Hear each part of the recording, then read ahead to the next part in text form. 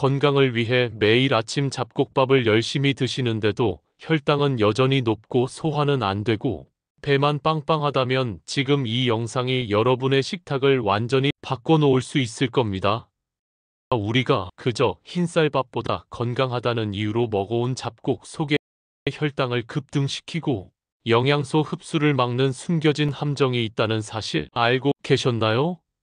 영상을 끝까지 시청하시면 잡곡 한 숟가락으로 혈당 스파이크를 완벽하게 막고 단백질 흡수율을 3배 높이고 염증을 잡는 구체적인 방법을 명확하게 알게 되실 것입니다.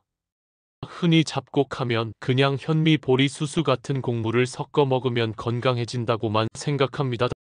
여러 연구를 통해 밝혀진 바에 따르면 잡곡에는 3가지 핵심 성분이 숨어 있습니다.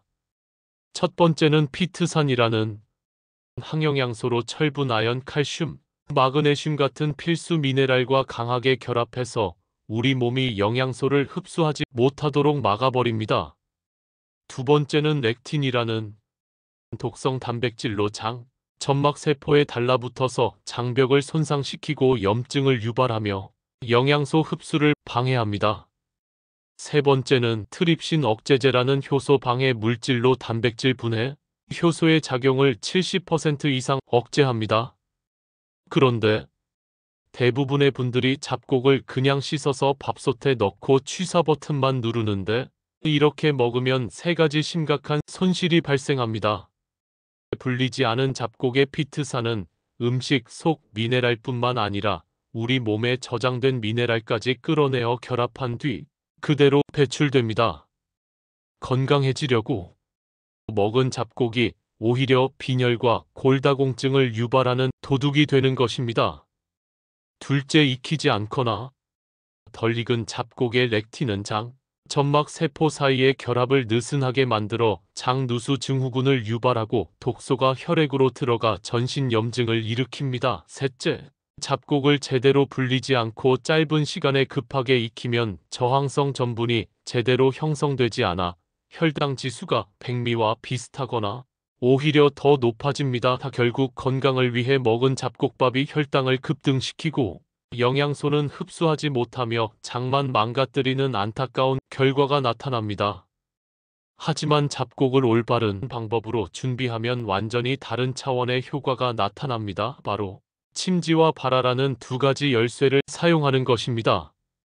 잡곡을 물에 담가 최소 12시간 이상 불리면 놀라운 변화가 일어납니다. 첫째, 피타제라는 효소가 활성화되면서 피트산을 분해해 피트산 함량이 50%에서 70%까지 감소하고 철분 흡수율은 3배, 아연 흡수율은 4배, 칼슘 흡수율은 2배 이상 증가합니다.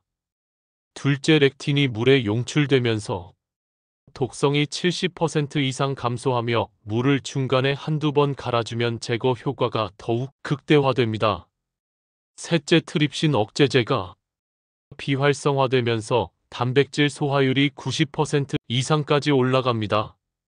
넷째, 저항성 전분이 형성되기 시작해 혈당 상승을 억제하고 포만감을 오래 유지시킵니다.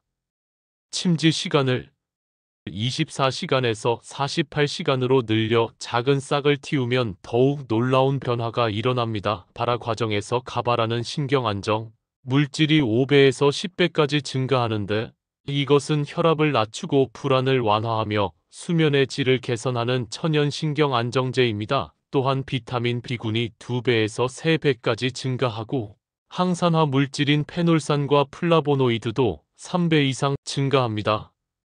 여기서 반드시 알아야 할 중요한 경고가 있습니다. 잡곡과 유제품을 함께 먹으면 피트산이 칼슘과 결합하여 흡수가 안 되고 녹차나 홍차는 철분 흡수를 80% 이상 방해하므로 최소 2시간 간격을 두십시오. 시금치나 근대 같은 옥살산 함량이 높은 채소는 신장 결석의 위험을 높이고 육류와의 과도한 조합은 단백질 흡수율을 떨어뜨립니다. 제대로 준비된 잡곡은 놀라운 건강 혜택을 제공합니다. 침지하고 발화시킨 잡곡은 혈당 지수가 백미의 절반 이하로 떨어지며 당뇨 환자를 대상으로 한 연구에서 발화 잡곡을 12주간 섭취한 그룹은 공복 혈당이 평균 18% 감소했습니다. 다바라 잡곡을 4주간 섭취한 그룹은 장내 유익균이 평균 200% 증가했고, 바라 잡곡의 가바는 혈압을 10% 이상 낮추며 베타글루칸은 나쁜 콜레스테롤 수치를 20%